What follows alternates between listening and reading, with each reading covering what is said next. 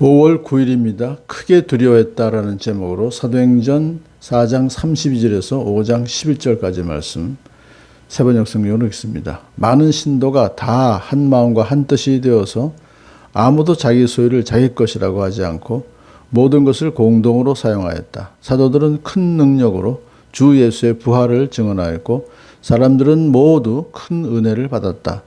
그들 가운데는 가난한 사람이 한 사람도 없었다. 땅이나 집을 가진 사람들은 그것을 팔아서 그 판 돈을 가져다가 사도들의 발 앞에 놓았고 사도들은 각 사람에게 필요에 따라 나눠주었다.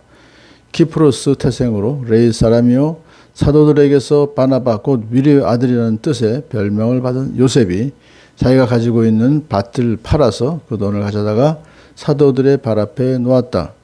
그런데 아나니아라는 사람이 그의 아내 삽비라와 함께 소유를 팔아서 그 값에 얼마를 따로 떼어놓았는데 그의 아내도 이것을 알고 있었다. 그는 떼어놓고 난 나머지를 가져다가 사도들의 발 앞에 놓았다. 그때 베드로가 이렇게 말하였다. 아나니아는 들으시오. 어찌하여 그대의 마음이 사탄에게 홀려서 그대가 성령을 속이고 땅값의 얼마를 몰래 떼어놓았소. 그 땅을 팔기 전에도 그대의 것이 아니었소. 또 팔린 뒤에도 그대 마음대로 할 수 있었던 것이 아니었소.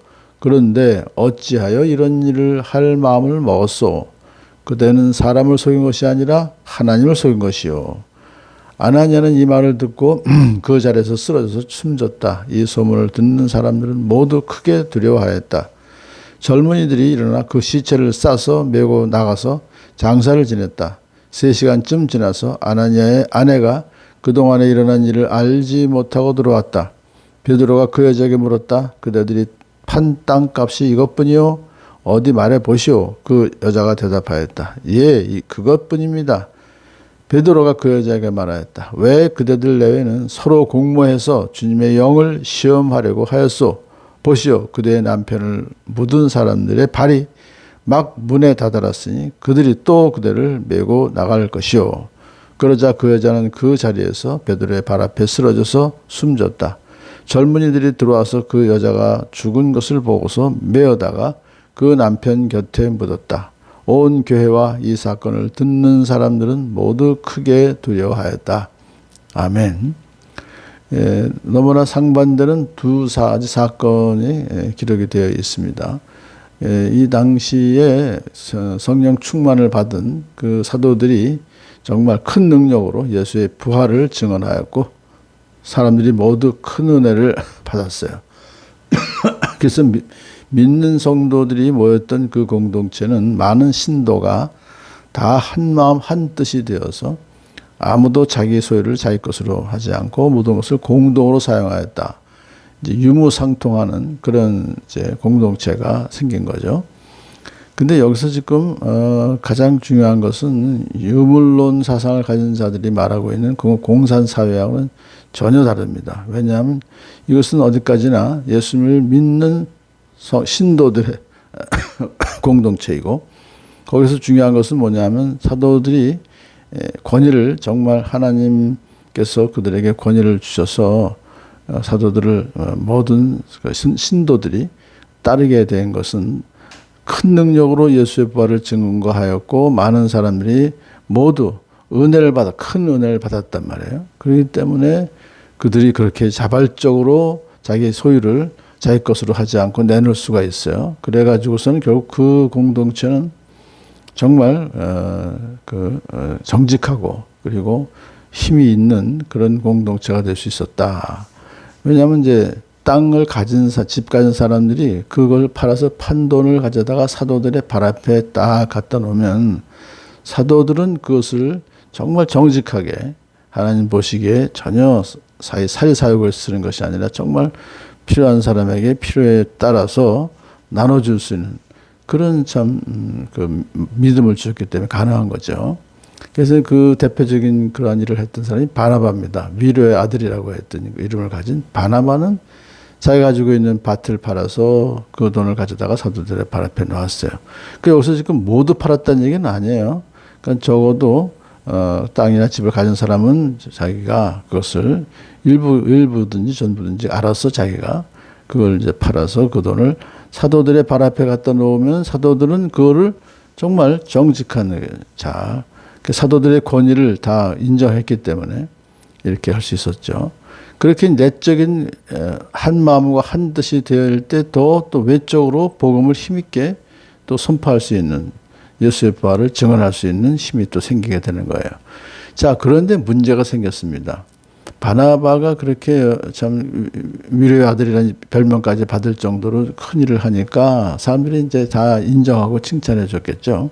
이것을 보고 아나니아라는 사람이 자기도 바나바처럼 좀 칭찬을 받고 싶은 마음에서 자기 소유를 팔았는데 팔고 나서 보니까 욕심이 생겼죠. 얼마를 따로 떼어 놓았어요. 거기까지도 있을 수 있습니다. 그런데 문제는 나머지 그 돈을 가지고 사도들의 발 앞에 놓으면서는 사도들에게는 전부입니다라고 한 거예요. 그렇게 서로 두 부부가 짠 거예요. 이것을 이제 베드로가 성령님께서 가르쳐 주셨기 때문에 아나니아는 들으시오자 그대의 마음이 사탄에게 홀려서 그대가 성령을 속이고 땅값의 얼마를 몰래 떼어 놓았소.